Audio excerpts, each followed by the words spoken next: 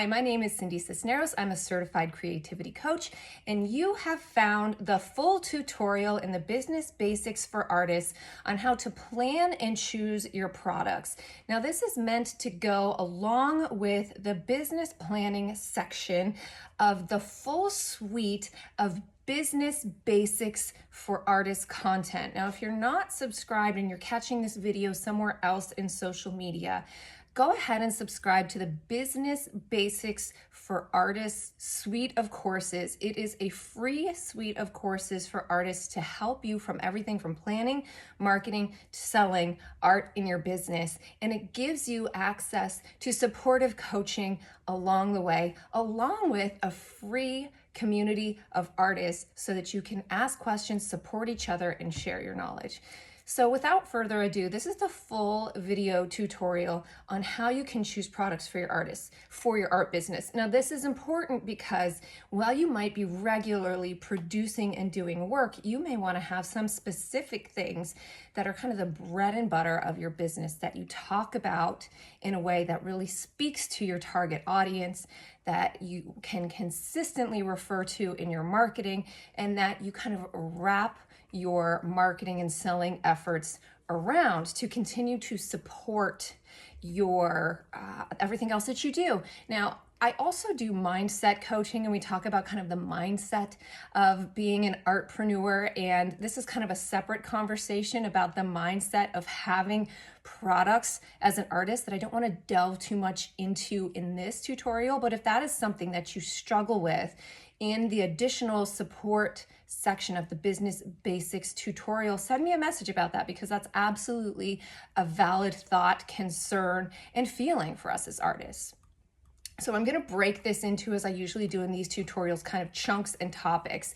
And in the Business Basics for Artists suite, there is a written lesson that goes along with the video, and I tag the written and the video lesson to each other so that you can look at the written lesson while you're listening to the video lesson and really absorb this information in the best possible way. So when you're thinking about products for your art business, the first thing you want to do, and this is something that we also talk about in the marketing section, all of these business basics tie into and support each other, which is really what makes them so effective and important, is thinking about your artistic identity. So you want these core products that you're producing to be reflecting your art style and to be thinking about your strengths as an artist and really communicating those things. So think about the type of art you create, whether you're a painter, sculptor, digital artist, mixed media creator, whether you're a musician, whether you're a writer. Think about the product that you're choosing aligning with that unique style and where your passions really lie. But at the same time, knowing where your strengths are and where your skills really shine, and that your product is going to really showcase that best work to your audience. The second thing you want to do is think about that target audience. And one of the things that you did in your business plan was identify who that is. So when you think about that target customer, what is appealing to them? And when you picked your target customer, you were also thinking about where your strengths lie. So these things kind of go back to each other. So you're thinking about who you're speaking to, what your art appeals to, and what their preferences are. And you kind of thought about this reciprocally when you picked that audience. And considering price sensitivity, what is something that you could make a profit on and produce to that audience, and how much would they want to spend on that? And that's something that you're going to want to think about, that profit margin, when you're continuing to produce this kind of staple product. So now we're going to think about product options. And there's a couple of ideas I use for a lot of these examples, visual artist examples, because that's my wheelhouse. I'm a visual artist outside of my counseling and coaching.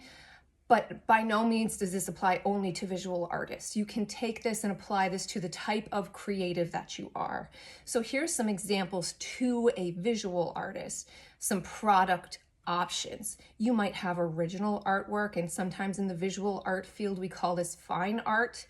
You might have prints or reproductions of those, which allows you to continue to sell those images in a different way and at a different price point. You can sell merch, t-shirts, coffee cups, different things with your images on those. Commissions and custom work, this is something you can do in a lot of different creative modalities where you take specific orders from your audience. We're going to kind of come back to other types of income streams that are not specifically related to production type of product options, but think about what some of the product options are for you in your industry.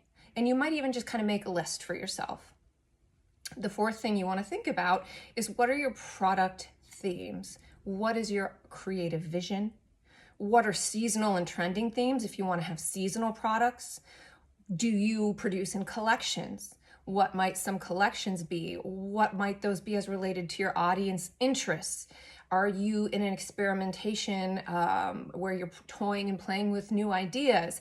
And again, tie these things to your list of products, your list of your target audience, and your style and strengths that you did in items 1 through 3. Now let's move on to number 5. So I want to talk about additional income streams. I tell people all the time, and this is my wheelhouse, that you can absolutely be fiscally successful and stable as an artist. But a lot of times what we need to keep in mind is having multiple income streams, especially as we're getting started. So consider for yourself what this might look like for you. And there is a financial planning section in the Business Basics too, where you can kind of toy with numbers. And don't be afraid to do this, to just kind of play around and look at what the realities of this might look like for you.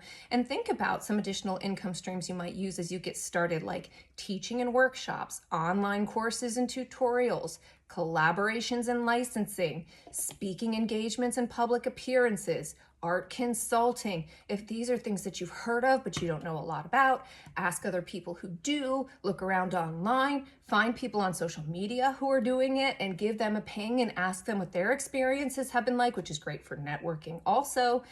And just think about, are these things that I could be good at, that I might enjoy? Remembering always, and this is more mindset stuff, but remembering always that this is your business. So you want to do things only that you want to do. The sixth thing is, when you're thinking about your product, and we touched on this also, is to think about production costs and logistics. That what are your materials going to cost? How long is it going to take you to make it? And think about and research these things and pick things that are going to make sense in terms of your pricing and your timeline, and that are comfortable for you. Now, if you have done product stuff before, you've heard of things like beta testing and market research, and so it can be similar for you as an artist. Start small before you launch your full product. Do a little poll. Gather feedback, see if people are excited about your project, be willing to evolve the idea. And if once you feel like you're getting enthusiasm and people are interested in the product and you're excited about the launch, dive in full force. Feel free to put out there little advertisements and little polls. Here's the things I'm thinking about doing. Give me your ideas and feedback, or starting with little testers, or give yourself, before you go full force and dump a lot of time and energy into something, to do a little test and see what kind of feedback that you get. So the reason too, it's really great to start with some core products for yourself is you can use, when you move to marketing and sales, you can guide those based upon core products that you're wanting to sell. And it can feel much more concrete and guided when you know this product is catering to this audience, and therefore I'm going to market it in this way and sell it in this way. And then once you get that income stream up and rolling, you can circle back and be a little bit more messy with some of the other things that you want to try. But I really recommend thinking about having a couple of core products for yourself as a creative, especially when you're starting out, to feel some of that anxiety of being unsure about how everything is going to launch kind of ebb away. All right, if you have questions, if you have thoughts, share them in the creativity courses it's called the Creativity Studio in the Business Basics courses. Share them there. Send me messages. You can send me messages there. Also, sign up for coaching and individually if that's something that would be productive for you. Check out the whole host of tutorials and resources and written lessons that are available to you for free. And get out there with your art, guys.